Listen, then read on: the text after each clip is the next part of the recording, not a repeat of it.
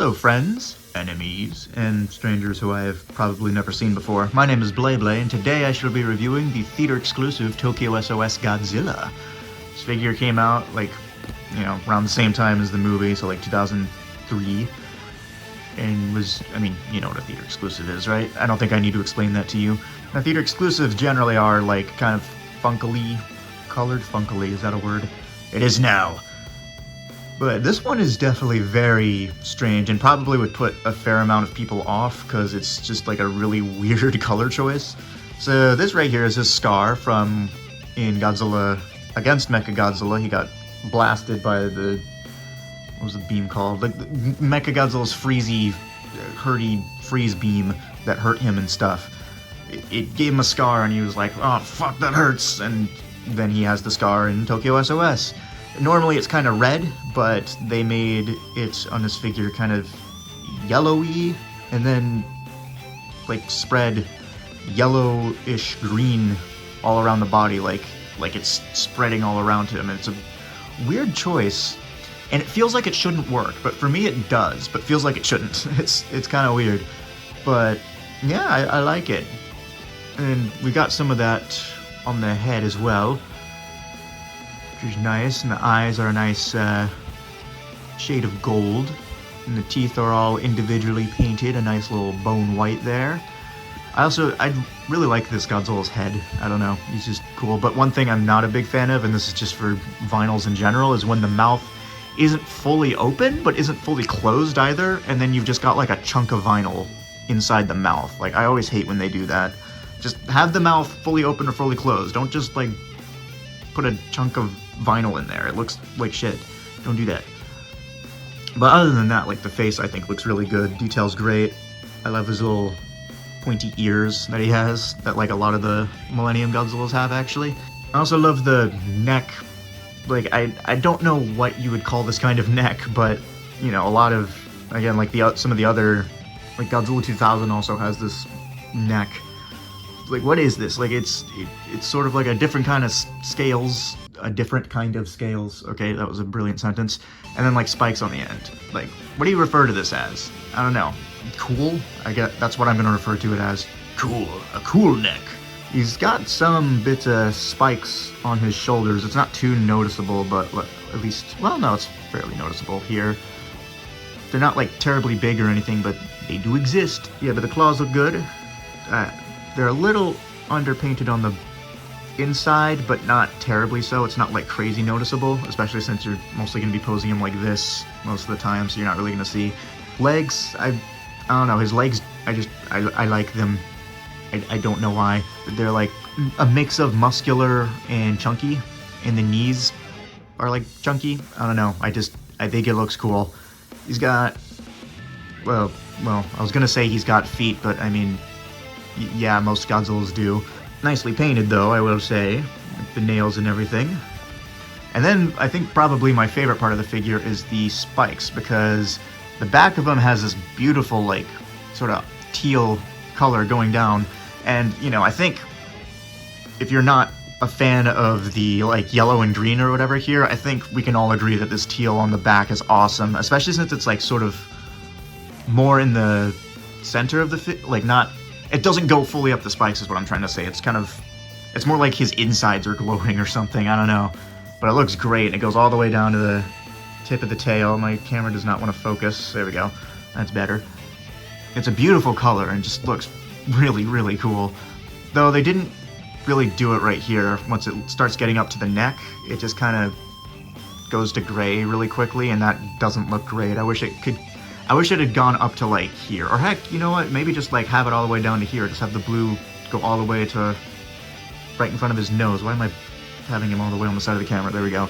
Also, I don't know if this is with every one of them, but mine has sort of a little gap right here, in between the neck and the body. It's not like that on this side, so I think that might just be mine. Mine just has a little defect going on. Mine's legs. I'm really good at speaking today, aren't I? The legs are a little misaligned, if you can see that. It's this one goes down further than this one. This one's kind of in. I think it's supposed to be more that. That looks better. But I don't really know how to Well, I guess I have an idea of how to fix it, but I don't feel like doing it. It's not that big of a deal. So, as for articulation, he has a rotating head, which is all cool. You can make him like an owl, if you want, where he just looks behind himself. Though, I don't know why you would do that. The arms, just kind of, well... The legs can go right here, but they scrape against the arms a little bit unless you pull them out a little bit, but they feel kind of satisfying to rotate. Okay, this one, probably because mine is like sort of sunken in, it doesn't really want to go across as nicely, but you can make him like do the splits or something. You can have him like doing that one stretch, get his leg all the way up. Look at that. Can I do that? I don't know. Oh, my leg is asleep. Ow. Kind of. You can't probably see most of me. Here, let me do it sitting down. I did it. And we got a rotation in the tail.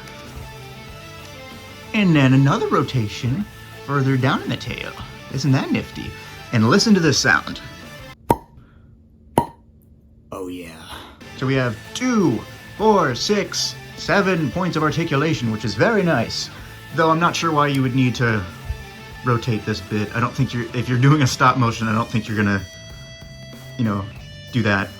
You're like, oh yes, you didn't see that coming. I've got spikes on this side of my tail now, which will be useful for the tail whip, because now it's a spiky tail whip. Ha ha. I don't know. Let's go for size comparison. I don't have the theater exclusive Kiryu, but I have this one. I have this Kiryu. Not the dude in the old suit, but the mech. And this is the Against Mechagodzilla Kiryu. And I think Kiryu is, I can't remember now I think he was like maybe just a little bit taller, like maybe like here, but not like terribly taller. This might be right. It's been a little while since I've seen the movie, honestly. I really want to get the translucent black Kiryu from Tokyo SOS. Like, that one looks freaking awesome. Really want to add him to the collection. There he is with Mothra, and yeah, this is the Final Wars Mothra, but I mean, it's the same design. They just made her fiery and stuff. And I do remember there was like this one awesome shot where she like whoosh, like goes whoosh into him. At first it's like really fast, but then they slow it down and she just kind of goes into him like that. Like, it goes from whoosh to just take that, Godzilla. But I do think the size is about right. Like, her wingspan was very, very big in the movie. So, that's good. And here's finally another Tokyo SOS figure, and a theater exclusive at that, the Mothra Larva. Which is, I mean, it's translucent brown and with a bit of goldish, tannish color. It's one of the theater exclusive figures of all time, that's for sure. I don't remember if he was ever side by side with this figure. A lot of the Millennium movies aren't my cup of tea. I'm more of a fan of the Showa and Heisei eras, honestly. Except for GMK. GMK is great.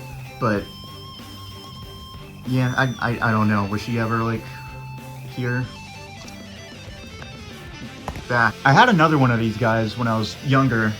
I got him at G-Fest, but we had to bring our rabbit to G-Fest because she was quite sick and we wanted to make sure she was okay. She ended up nibbling like some of his fingers off. Same with a few other figures, unfortunately. But I went ahead and bought another one at another G-Fest. I like this figure a lot. The detail's great, the painting is interesting, I love the teal on the back. He's nice. So, yeah, but whether or not you agree with me on the paint job working or not, I think the one thing that we can both agree upon is that this was definitely a video. Bye bye.